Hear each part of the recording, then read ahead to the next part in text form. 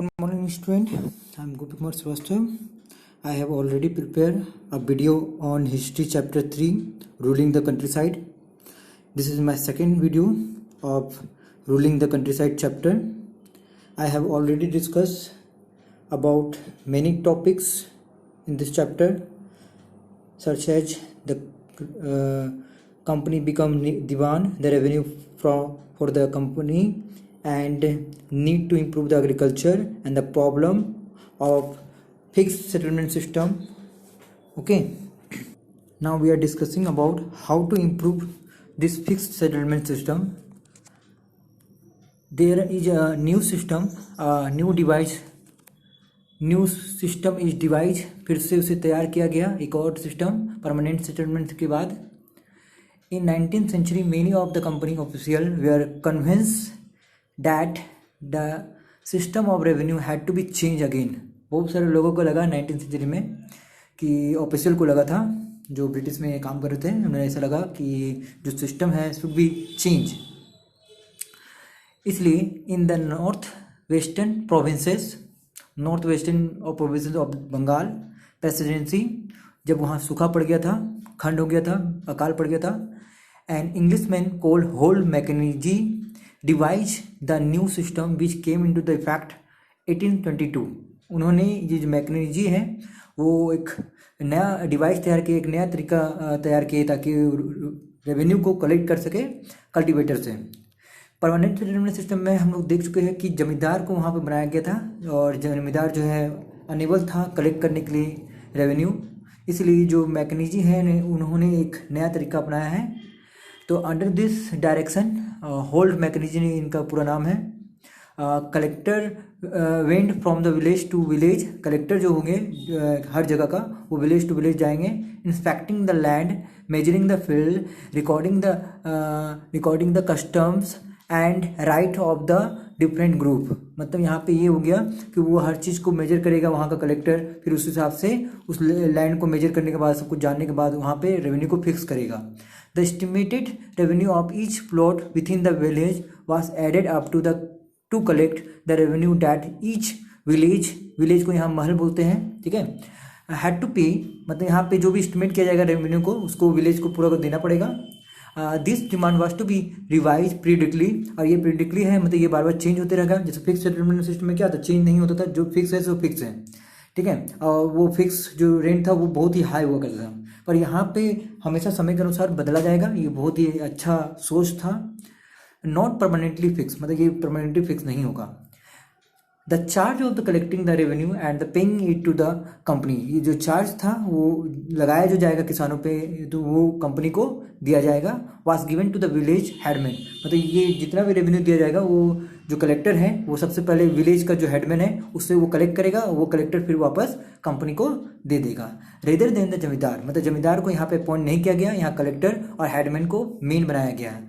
This system came to known as Mahalwari settlement. इसे हम लोग परमानेंट सेटलमेंट पढ़ दिए थे, अब हम लोग का महलवारी सेटलमेंट है. दोनों में इतना ही अंतर है कि वहाँ पे जमींदार जो होता था वो कलेक्ट करते थे रेवेन्यू को. यहाँ पे जो है आपका हेडमैन कलेक्ट करेगा और कलेक्टर को देगा, और उसके बाद कलेक्टर आपका कंपनी को दे देगा, ठीक है. Now we have another method of collecting revenue from cultivator. किसानों से रेंट को वसूल करने या रेवेन्यू को लेने के लिए हमारे पास जो ब्रिटिश ने बनाया था एक और मेथड है, जिसे हम लोग मुंड्रो सिस्टम बोलते हैं. तो इस मुंड्रो सिस्टम को भी हम लोग देख लेते हैं. The new system that was introduce was called Ryotwar या रियोतवारी. आप इसे दो सिस्टम कह सकते हैं. The new system the revenue collection was introduce by the captain Alexander Read. ये जो आपका सिस्टम था ये कैप्टन अलेक्जेंडर रीड ने लाया था. In some of the area that were taken over by the company after the war with the Tipu Sultan. आपको बता दें, जब कुछ बहुत सारा एरिया जो था टीपू सुल्तान के बाद वो कंपनी के हाथ में आ गया था, और वहाँ पे जो ब्रिटिश है वो अपना राज अपना रहा है और अपने हिसाब से वहाँ पे काम चला रहा है, अपना सिस्टम लगा रहा है. दिस सिस्टम बस फर्दर डेवलप्ड. इसी सिस्टम को, जो ये आपका रियोतवारी जो सिस्टम था, ठीक है, उसी सिस्टम को बाद में further developed by the Thomas Munro. इसीलिए इस टॉपिक का नाम रखा गया है Munro system. This system was gradually extended over all the south India, south India में इसे भी पूरा फैलाया गया इस तरह का सिस्टम को। According to the new system the revenue was to be collected directly from the farmer. इस सिस्टम के अनुसार डायरेक्ट फार्मर से ही वसूल किया जाएगा जो रेवेन्यू होगा। और यहाँ पे फार्मर को हम लोग रियोत भी बोलते हैं, आप यहाँ देख सकते हैं रियोत, ठीक है। और उसके बाद हम लोग यहाँ देख लेते हैं the land of each farmer we are separately assessed, assess मतलब आकलन करना, कैलकुलेट करना कि क्या मेजर है, कितना बड़ा है, नहीं है, उस हिसाब से रेंट लगाएगा। And the revenue was fix accordingly, उसी के अनुसार रेवेन्यू को फिक्स किया जाएगा। The system was also known as Munro system, इस सिस्टम को ही मुंडो सिस्टम कहते हैं। तो हम लोग फिफ्थ सेटलमेंट सिस्टम पढ़ लिए है ना, हम लोग महलबारी सिस्टम पढ़ लिए हैं, और उसके बाद हम लोग पढ़ रहे हैं ये पढ़ चुके हैं मुंडो सिस्टम भी। अब अगला टॉपिक हमारा the next topic is crop for the Europe. अब यूरोप के लिए कौन सा क्रॉप होगा? The British also realise that the country side could not only yard मतलब हो गया फसल उगाना, रेवेन्यू मतलब कि ब्रिटिश को ऐसे लगने लगा कि जो कंट्री है, ठीक है, ये कंट्री साइड है, जो कंट्री साइड में जो एग्रीकल्चर काम कर रहे हैं, वो जो फसल उगा रहे हैं उससे रेवेन्यू नहीं हो रहा है। It could also be grow the crop that Europe require, मतलब कि इंडिया में जो क्रॉप उग रहा है वो तो उग ही रहा है, पर अब यहाँ पे वो भी क्रॉप उगेगा जो यूरोप का भी डिमांड होगा कि हाँ ये क्रॉप है। इसलिए इन द सेंचुरी में यहाँ पे लेट 18th सेंचुरी होगा जो छूट गया है, ये आप लिख ले इसे।